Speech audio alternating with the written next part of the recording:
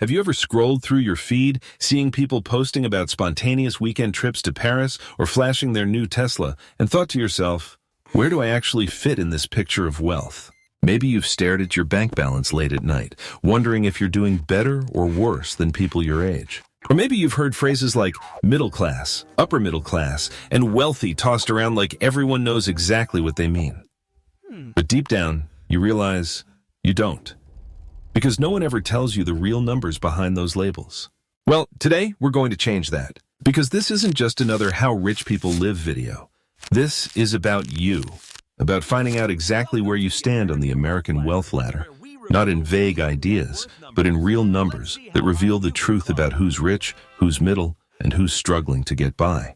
And I'll be honest, some of these numbers might surprise you. Some might even make you feel a sense of pride for how far you've come. But others might be a wake-up call that changes how you look at money forever. Welcome to Mike Compound, the place where we break down wealth, income, and investing in a way that actually makes sense. If you're tired of guessing whether you're financially ahead or behind, hit that like button.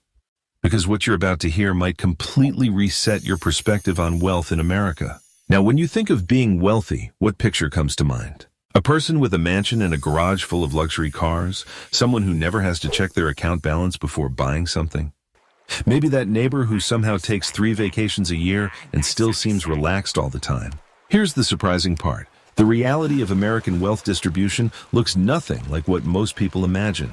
Movies, social media, and even financial influencers have painted this illusion that wealth is about visible luxury. But when you look at the actual numbers, the truth is completely different. And understanding those numbers isn't just about curiosity, it's about direction. Because if you don't know where you stand, how can you know where you're going? Think about it. If you're trying to lose weight, you check your stats. Your weight, your diet, your exercise. If you're trying to get better grades, you compare your scores to the class average. Money works the exact same way. When you know where you are on the wealth scale, every decision, from how you spend to how you invest, becomes clearer. So today, we're going to pull back the curtain on the actual net worth numbers that define the economic classes in America, from the bottom to the very top. And by the end of this video, you'll know exactly where you fit and what it takes to move up. Let's start with something that might blow your mind. According to the Federal Reserve, the median American household net worth hit $192,900 in 2022, a massive 37% increase from 2019. That's the biggest jump since the Fed started tracking modern household data back in 1980. Sounds good, right? Almost too good. But here's where things get weird. While the median net worth, that's the middle number, sits around $193,000, the average net worth in America is over $1 million. To be exact, $106 million. Pause for a second and really let that sink in. The average is more than 5 times higher than the median. That's like saying half the country is shorter than 5'6", but somehow the average height is over 8 feet tall. It doesn't add up. Unless you realize that a small number of people are so incredibly wealthy that they pull the average way up. And that's exactly what's happening. The concentration of wealth at the very top is so extreme, it distorts the entire financial picture. Here's how wild it gets. The top 1% of households hold nearly 32% of all wealth in the United States. Think about that. 1 out of every 100 families controls a third of everything valuable in the country. Every dollar, every property, every investment, every asset. Imagine a party with 100 people. 3 of them walk in and immediately grab 1/3 of all the pizza, drinks, snacks, even the furniture, and leave the rest for everyone else to fight over. That's how American wealth works today. And these aren't just abstract numbers economists argue about. These wealth gaps define real life. They decide what neighborhoods you can live in, what schools your kids go to, whether you can take a vacation or have to pick up a second job. That's why understanding these boundaries matters, because they shape your life, even if you never think about them. Now, the Federal Reserve's data splits Americans into distinct financial classes, each representing a different level of financial health, opportunity, and freedom. At the bottom are those barely surviving, the lower class. Above them are the lower middle class, working hard but constantly on edge. Then the true middle class, holding the American dream together. After that comes the upper middle class, the group that many think is rich, but actually isn't there yet. And finally, the upper class in the top 1%, where wealth becomes something entirely different. Money doesn't just buy things anymore, it creates more money. But before we go climbing this ladder, let's pause for a reality check. Understanding these levels isn't about judgment or competition. It's about awareness. Because once you know which class you're in, you can start seeing why you're there and what levers you can actually pull to move higher. That's what separates people who stay stuck from those who break through. It's not luck, it's not inheritance. It's knowing the game, seeing the rules, and playing them better than everyone else. And the first step to doing that is knowing where you stand. So let's start from the bottom of the financial pyramid. The people with the least, and the ones who face the hardest uphill climb of all. Let's start from the bottom, the lower class, often called the poverty class. This is the group with the most limited financial resources. If your net worth falls somewhere between $0 and $16,900, you're technically in this category according to the latest data from the Federal Reserve. The median net worth for this group? Just over $6,000. That's less than the cost of a single vacation or even a used car. And yet for millions of Americans, that's all they have to their name. Now, before you feel sorry for everyone in this category, remember, net worth isn't permanent. It includes people of all ages and life stages. A 22-year-old college grad with student loans might have a negative net worth right now, but they're obviously not destined to stay there forever. Same goes for someone recovering from a divorce, medical bills, or business failure. Life hits hard, and net worth can fluctuate dramatically depending on timing and circumstances. But what truly defines the lower class isn't just a number, it's the daily struggle. It's the feeling of living paycheck to paycheck, always one unexpected bill away from financial disaster. No emergency savings, no investment accounts, sometimes not even a stable income. When the car breaks down, it's not just an inconvenience, it's a crisis.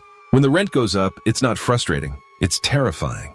Because for people in this group, money isn't just numbers in a spreadsheet, it's survival. And here's the cruel irony. When you're poor, everything costs more. You can't buy in bulk to save money. You can't afford large deposits to get better housing rates. You don't qualify for the lowest interest loans. If you qualify for loans at all, it's expensive to be poor in America. And that's what makes climbing out of this class so difficult.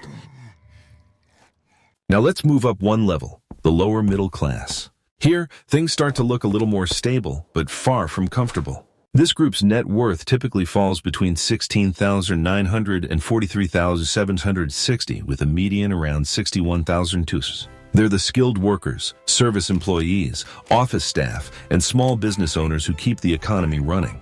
They might own a modest home, have a small retirement plan, and a bit of emergency savings. But financial security, it's still fragile. These are the people who often make too much to qualify for government aid, but not enough to feel safe. They live in a narrow space between progress and pressure, where every financial decision matters.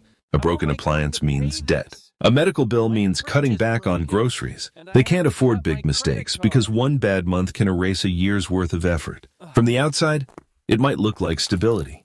But inside, it's a constant balancing act. A daily effort to hold everything together just long enough to move forward. This group represents something important, hope mixed with risk. They've climbed out of poverty, but the ground beneath them still shakes. And that's why understanding how to move from this level to true financial stability is so critical. Because the gap between getting by and getting ahead isn't measured in dollars. It's measured in discipline, decisions, and knowledge. So the next question is, what does it look like when someone finally breaks free from that fragile balance? When they step into what most people think of as the American dream? Now we reach the part of the ladder where most Americans believe they belong, the middle class. It's the group often called the backbone of the economy, the one that symbolizes stability, progress, and the classic American dream. According to the data, the middle class includes households with a net worth between $58,150 and $169,420 and a median around $145,200. At first glance, that might sound comfortable, and in many ways it is. This is the tier where people typically own their homes, contribute regularly to retirement accounts, and can afford modest vacations or upgrades without falling into debt. They can breathe a little easier, not because they're rich, but because they're not constantly worried about the next bill.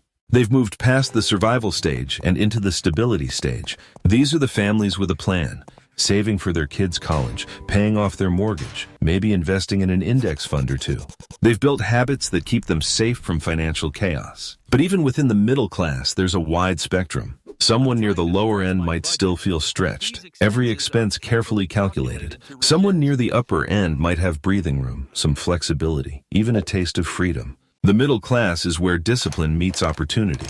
They're not living paycheck to paycheck anymore, but they're also not wealthy enough to stop thinking about money altogether. They represent what most people imagine when they picture financial success. A life that feels secure, even if it's not luxurious. And yet the middle class faces a quiet danger. Inflation, rising home prices, and stagnant wages slowly chip away at their comfort. They're saving, yes, but sometimes not enough. They're investing, but not always strategically. And the dream of true freedom, of not needing to worry about money, still feels just out of reach. Now let's climb higher, to the group that most people believe are rich but actually aren't quite there yet, the upper middle class. This category includes households with a net worth between $500 and $2 million. If that's you, congratulations, you've entered what financial planners call the mass affluent. It's here where the line between comfortable and wealthy begins to blur. Doctors, engineers, managers, small business owners, these are people who've built strong careers and solid incomes. They drive nice cars, live in good neighborhoods, and max out their retirement accounts without breaking a sweat. And yet many of them don't feel rich at all. Why? Because of something called lifestyle inflation. It's what happens when your income rises and your spending quietly rises with it. That used car turns into a new luxury SUV. The occasional restaurant dinner becomes a weekly ritual. The apartment becomes a bigger house with a bigger mortgage. Over time, every raise and bonus gets absorbed into a more expensive lifestyle, leaving you with the same level of financial stress you had years ago, just with nicer stuff. These people even have a nickname in the finance world, Henrys, high earners not rich yet. And that's exactly what they are. They make great money, but they're often trapped in golden handcuffs, tied to jobs and lifestyles they can't afford to walk away from. Still, the upper middle class does a lot right. They tend to be disciplined savers and investors. They understand the value of diversification, often owning both their home and other assets like stocks, ETFs, or even rental properties. They also think strategically about taxes, estate planning, and long-term returns. Because once you start accumulating real wealth, the game shifts from earning more to keeping more. But despite all their success, many in this group still live with quiet pressure. They're too rich for help programs, too busy to enjoy their success, and still not wealthy enough to be financially free. They've reached the gate of wealth, but not yet the land beyond it. And that's where our next level begins. The upper class, where money stops being just security and starts becoming power. Now we step into the territory most people dream about, the upper class. This level begins at around $265 million in net worth. At this point, you've officially entered the world of wealth. But even here, there are layers. And what people imagine about the rich often misses reality completely. If your net worth is between $2.65 million and about $5.8 million, you're in the lower tier of the upper class. You're wealthy by almost any standard, yes, but you're probably still working, still budgeting, still making choices about how to allocate your money. You can afford luxuries, a beautiful home, vacations, private schools for your kids, but your life still runs on structure. You can't just stop and let the money manage itself. You still have to play the game. The next level, though, that's where the rules change completely.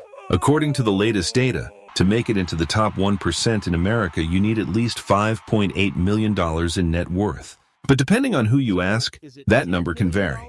Some sources put the threshold closer to $10 or even $12 million. Why the difference? Because measuring extreme wealth is like trying to measure fog. The higher up you go, the harder it is to track. Markets move, assets shift, valuations fluctuate. But one thing is certain, once you hit the top 1%, you've crossed a line most people will never reach. At that level, your money itself becomes the worker. Your investments, your assets, your businesses, they generate income faster than most people earn it. It's no longer about earning a paycheck. It's about managing an empire. Someone in the top 1% might earn more from a single year of market gains than the average person makes in a lifetime. Their investment returns could fund a middle-class lifestyle for multiple families, indefinitely. But even among the top 1%, there's another level, the ultra-elite, the top 0.1%. To join this group, you'd need a net worth of roughly $62 million or more. These are the people who own companies, not just stocks. They have private equity stakes, hedge funds, venture capital portfolios, and exclusive investment vehicles that require millions just to enter the room. They don't look for opportunities. Opportunities come to them. When your wealth reaches that level, your financial life operates on an entirely different planet. You don't think in terms of monthly budgets, you think in decades. You don't ask, how much can I save? You ask, what legacy will I leave? And here's the most fascinating part. The gap between classes gets wider the higher you go. The difference between the middle class and upper middle class might be a few $100,000. But between the upper class and the top 1%, the gap is millions. And between the top 1% and the top 1%, tens of millions. It's exponential, not linear. Each step up the ladder is 10 times harder and 10 times more exclusive. And yet even the wealthy aren't immune to comparison. Someone with $5 million feels rich until they sit next to someone worth $50 million. Someone with $50 million feels powerful until they meet a billionaire. Perspective never stops shifting. But perhaps the biggest illusion is thinking that money alone equals happiness. Because the truth is, once your basic needs and long-term security are covered, the rest doesn't automatically make life better. It just gives you more options. And sometimes, more options mean more complexity. Still, one thing remains true across every level. Wealth gives you time. Time to think, to choose, to live on your own terms. And that, more than any number in your bank account, is the real definition of financial freedom. But before we wrap this up, there's one more layer to the story. A twist most people completely overlook. Because how far your money takes you doesn't depend only on how much you have. It also depends on where you live. Here's something most people never think about. Wealth doesn't mean the same thing everywhere. A $2 million net worth might make you feel like royalty in a quiet town in the Midwest, but in Manhattan or San Francisco, it might only buy you a modest apartment and a decent car. That's the power of geography, and it changes everything. In Connecticut, you'd need to earn over $1 million per year just to break into the top 1%. But in West Virginia, that same milestone drops to around $416,000. The cost of living, housing, taxes, they all shift the definition of what wealth really means. Some people spend their whole lives chasing higher salaries in expensive cities, not realizing they could live better with less somewhere else. Others stay in those high-cost areas because they love the lifestyle and opportunities.